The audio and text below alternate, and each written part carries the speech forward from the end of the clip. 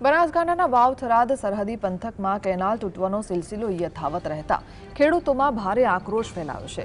ભટાસણા બાદ હવે નાડોદર ગામની સીમમાંથી પસાર થતી કેનાલમાં 20 ફૂટથી મોટું ગાબડું પડ્યું છે।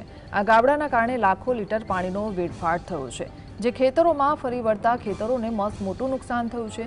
ખેડૂતોએ આક્ષેપ કર્યો છે કે પહેલા પાણી મોડું છોડવામાં આવતું અને હવે કેનાલ તૂટવાના કારણે સિંચાઈ માટે પાણી મળી રહ્યું નથી।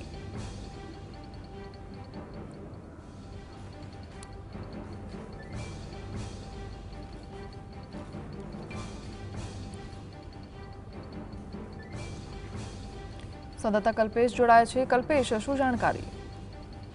બીના ચોક્કસ જણાવ્યું કે સરહદી વિસ્તારમાં ઘણા સમયથી ખેડૂતો પાણી માટે કાગડોળ રાહ જોઈ રહ્યા છે। ત્યારે ગત 17 તારીખે વિધાનસભાના અધ્યક્ષ શંકરભાઈ ચૌધરી સહિતના આગેવાનોની સતત રજૂઆત બાદ સિંચાઈ માટે ખેડૂતોને પાણી છોડવામાં આવ્યું હતું અને પાણી છોડતાની સાથે જ કેનાલમાં ગાબડા પડવાનો સિલસિલો ચાલુ થઈ ગયો છે। જોકે 48 કલાકની અંદર 2 કેનાલોમાં ગાબડા પડ્યા છે। પહેલા ભટાસણા કેનાલમાં 20 ફૂટ ઉપરથી વધારે ગાબડો પડ્યો હતો, જ્યારે ગત રોજ નાળોદર ગામની સીમમાંથી પસાર થતી માઇનોર કેનાલમાં 20 ફૂટથી મોટું ગાબડું પડતા ખેડૂતોને પારાવાર નુકસાન ભોગવવાનું આવે છે।